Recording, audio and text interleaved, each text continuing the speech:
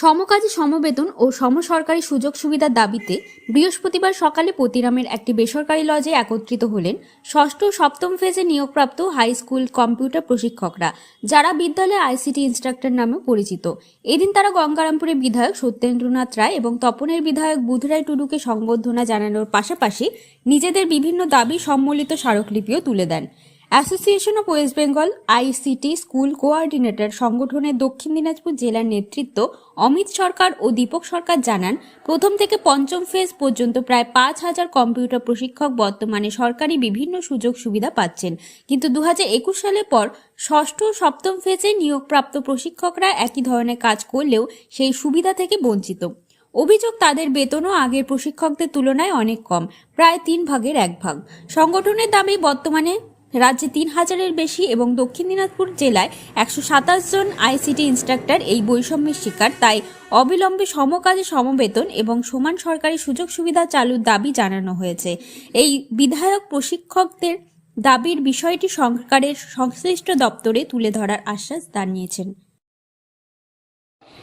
যে আজকে আমরা কি জন্য এখানে উপস্থিত হয়েছি, আমাদের সামনে উপস্থিত হয়েছেন মঞ্চাসীন আমাদের অতিথিবৃন্দ, 2 বিধায়কবৃন্দ, তার সাথে আছেন আপনারা সকলে।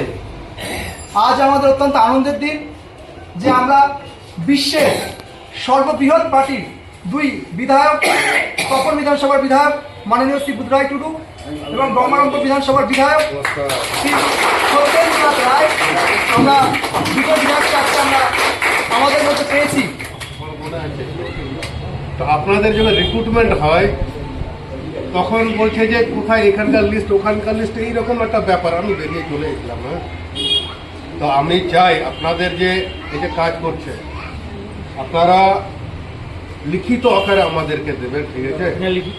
একটা লিখিত আকারে আমাদেরকে দেবেন, আর আমরা চেষ্টা করবো যথাস্থানে।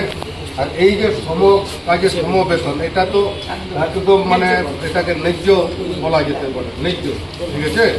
তো আপনারা অনেক বেশি কাজ করেন। এখন কি হয়ে গেছে, যারা পার্মানেন্ট, আপনারা দেখুন পুলিশরা যারা আছে, পুলিশরা যারা পার্মানেন্ট, তাদের অনেক বেতন, তাদের কাজ করছে কম।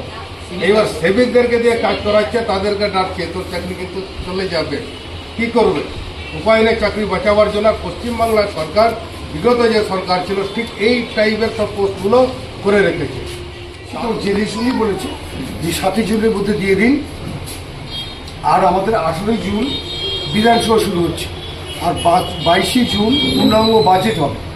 পশ্চিমবঙ্গ সরকারের নতুন, এই সরকারের নতুন বাজেট হবে।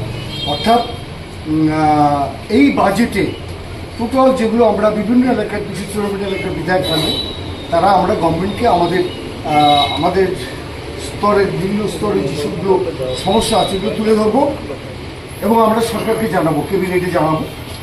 তো সেই ক্যাবিনেটে জানালে 22 তারিখে শীঘ্র আমাদের মাননীয় মুখ্যমন্ত্রী শুভেন্দু অধিকারী মহাশয় সেগুলোকে উনি গ্রহণ করবেন। অনেকগুলো আমাদের যে আবেদন নিবেদন সেটিও তুলে ধরেছি। আমাদের যে দীর্ঘদিনের আবেদন, প্রথম থেকে পঞ্চম ফেজ তারা সরকারের সমস্ত রকম সুযোগ সুবিধা পাচ্ছে, কিন্তু সেই জায়গায় আমাদের ষষ্ঠ এবং সপ্তম ফেজ আমরা সম্পূর্ণ রকমভাবে বঞ্চিত।